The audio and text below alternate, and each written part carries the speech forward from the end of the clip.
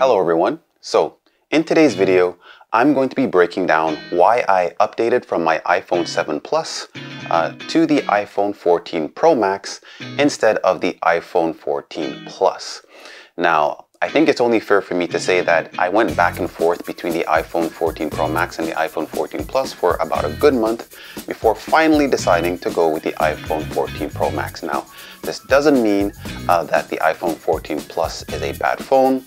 Both of these phones are large screen devices, and I think that depending on what your needs are, one phone might be better for you than the other. So throughout this video, I'm just going to be comparing these two phones and breaking down which phone is going to be better for you based on your needs. So without wasting any more time, let's get down into this breakdown video between the iPhone 14 Pro Max and the iPhone 14 Plus. Alright, so let's start off with the iPhone 14 Plus. What are some of the compelling reasons why you might want to choose the iPhone 14 Plus over the iPhone 14 Pro Max? And I can probably already hear it in the audience. You're probably saying, if you choose the iPhone 14 Plus over the iPhone 14 Pro Max, you're making a bad choice because the difference in price isn't big enough. Well, that might be true, but for some people, the iPhone 14 Plus might be very, very well positioned for that particular individual. So some people might want to save that extra $200 to $300 and just put that into Apple Care instead of getting the iPhone 14 Pro Max, and they will be happy with the iPhone 14 Plus. But let me just break down why it was so difficult or why I also felt compelled to go for the iPhone 14 Plus. So first things first, I already mentioned the price. So the price point, you want to save some money, that's A. B is going to be the weight difference between the two phones. So when I went to the Apple Store and I picked up the iPhone 14 Plus, it just immediately felt good and comfortable in the hand. And I noticed that the iPhone 14 Pro Max, although it felt very, very premium, it did had a little bit of heft to it. So in holding the device, you really have to pick what's going to be more important for you. Do you rather the ergonomics of it? Do you want your phone to be lighter? Or do you want your phone to look and feel premium but also be somewhat cumbersome to carry around? So that was one of the things that sort of led me to sort of look at the iPhone 14 Plus, because for the first time I would be able to have a larger screen iPhone without having to go for a pro level phone. So that, for me, personally was very, very tempting.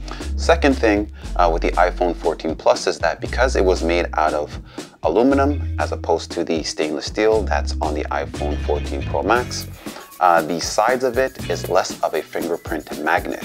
So when I hold my iPhone 14 Pro Max, as you can see here, it does attract a lot of fingerprints. So if you do plan on going with the iPhone 14 Pro Max, I would highly suggest that you get a very nice stylish case to go with it as well, because if not, you're going to be using a cloth to clean off your phone on a regular interval. So that's something to definitely keep in mind. Mind you, I do enjoy the way how the iPhone 14 Pro Max looks. I do like the premium feel, but it is somewhat heavier. So that's another reason why. So the price, the aesthetics of the phone, it's made out of aluminum, so attracts less fingerprints, and it's also lighter, 207 grams for the iPhone 14 Plus versus 270 grams for the iPhone 14 Pro Max.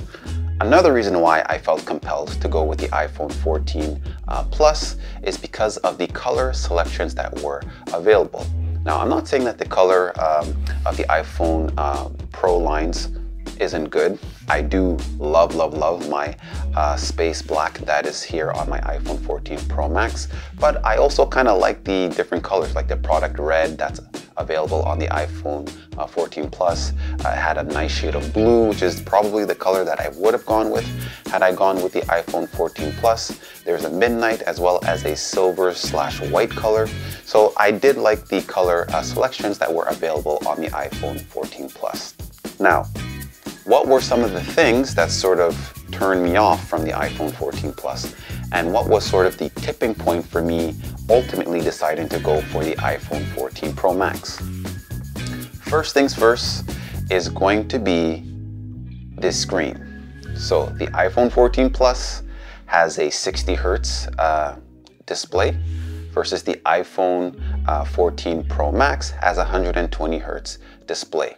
So I'm the type of person to keep my phone for long periods of time.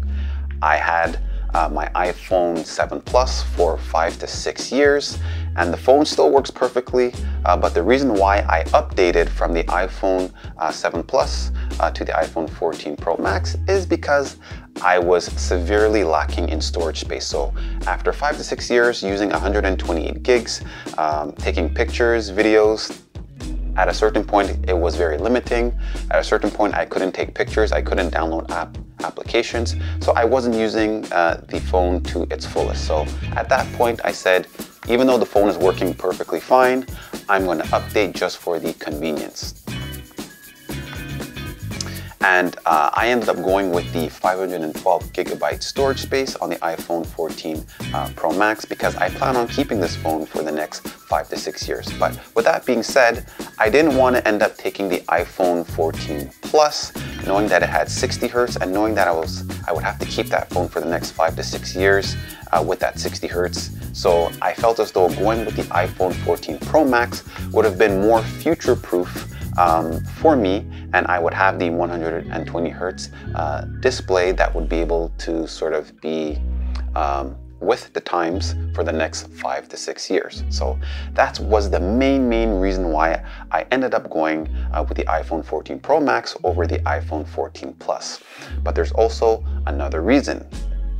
The iPhone 14 Pro Max or the iPhone 14 Pro has a telephoto lens. It also has a 48 megapixel sensor, which these two features aren't available on the iPhone 14 Plus. But I know that for a lot of you, this might not make a huge difference. As long as you have your ultra wide angle lens and your standard lens, then you're going to be good. But for me as a photographer, I do like the flexibility of having the added lens as well as the 48 megapixels just to sort of crop in more into my images when I do post them on Instagram or any type of social media. And as they say, the best camera is going to be the best camera that you have with you, and I want to make sure that if there's a moment that I want to capture, whether that's for photo or video, that I at least have a decent camera with all of the flexibilities in order to capture that moment.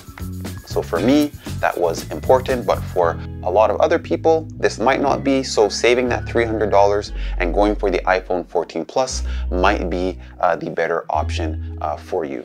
Another reason why, even though it wasn't that much of a big role, it's going to be the always-on display that's available on the iPhone 14 Pro Max, as well as the dynamic island. So I know that a lot of people don't really enjoy using the always-on display that's on the iPhone 14 Pro Max, but I did enjoy using it. And I also enjoy using the dynamic island because it serves as a quick way to sort of shuffle in between different applications. So if you're surfing the web and you're listening to music, you can access it at any time to make changes. So it really makes navigating through the phone a lot easier when you do have the dynamic island. Unfortunately, these features were not available on the iPhone 14 Plus. So for that extra $300, you're getting a phone that has a better display, you're getting a better camera setup. So if these sort of additional characteristics aren't important for you and you really want to stay within the Apple ecosystem, then I think saving that $300, getting the Apple Care and going for the iPhone 14 Plus might be the better option for you. So now I know that there's a lot of arguments out there that are saying that, well, if you get the iPhone 14 Plus, it's not going to be a good sort of option because you can just get the iPhone 13 Pro Max. Well, I would counter that by saying, first of all, you need to be able to find the iPhone 13 Pro Max. Apple doesn't sell it anymore. And if you get a used one, well, that's going to come with its own risks. Versus if you get the iPhone 14 Plus, you're going to be able to get the bigger screen. You're going to be able to get the emergency sort of features. So you'll have access to GPS if you don't have any phone signal in the case of an emergency.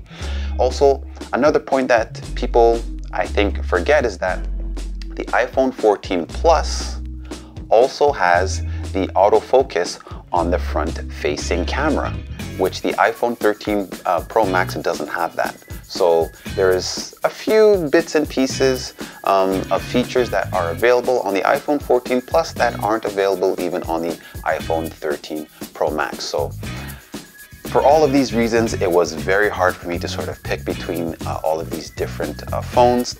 But ultimately, I ended up going with the iPhone 14 Pro Max, and my experience with it has been very, very good. One of the most noteworthy things is going to be the battery life of the iPhone 14 Pro Max. Even though it's just as good on the iPhone 14 Plus, I feel as though on the iPhone 14 Pro Max, even with the sort of 120 Hertz and all of the additional features that it has, the battery life on this is just phenomenal. I can use it very intensely for the entire day. I mean, watching videos, playing games, text messaging, phone calls, voice conferencing calls. And by the end of the day, by let's just say 10 p.m., I would still have maybe 30% left. And if I'm going really light with it and I have my low power option on, I can probably go a day and a half with this phone. So this is a huge difference comparing that to the iPhone 7 Plus that I updated from. So all in all, I do enjoy my iPhone 14 Pro Max. I do also like the color of it as well, and all of the features that are available on it. And I think that for me going with this phone, it was the phone that was going to allow me to be the most future-proofed. So we covered a lot of different points here, so hopefully this video helped you to pick between the two phones, because I know for me, it took me a long time to actually come to the decision of going with the iPhone 14 Pro Max. So if you enjoyed this video, please do consider hitting the like and the subscribe button, as this does help the channel to grow overall.